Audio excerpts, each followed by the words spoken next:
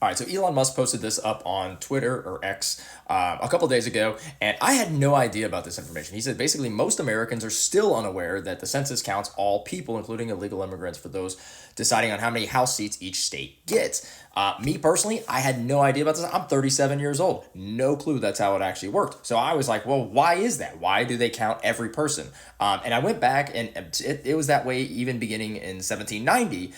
They wanted to know how many people were in each state so they could delegate resources, delegate funding for roads, hospitals, schools, all sorts of things. Whether they were legal or not legally there, the founders of the country put it in the Constitution that every person is counted. Now, through my research, what I found was it didn't specifically say as to why they wanted to count every person versus just counting U.S. citizens. It likely had to do with something to do with funding and getting roads and schools, and maybe even just getting funding to get people there that documented properly in the U.S. Neither here nor there, right?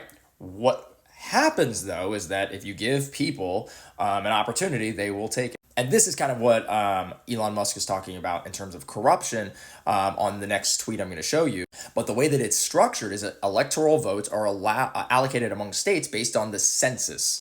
Well, what does that mean? Well, this is the biggest corruption of American democracy in 21st century. That's what Elon states. And it's basically because the census determines how many electoral college votes and House of Representative members are allocated to each state. But why is that important? Well, this is the Electoral College map when Donald Trump and Joe Biden ran for office in 2020. This is how it laid itself out. Red representing Trump, blue representing Biden. And as you can see, look, you've got big states like California with 55 electoral votes, 38 for Texas, 29 for Florida. And what that basically means is whoever wins that state, they get that many, let's say, points, right?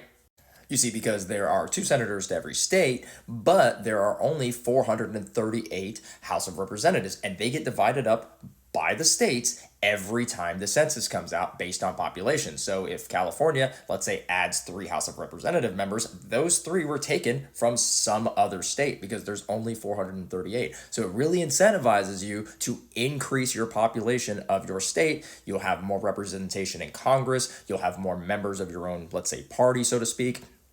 If obviously the people that come in to your state vote the way that you want them to vote, which is for you and your party. Now, Trump did actually try to add a question to the census to ask if you were an American citizen.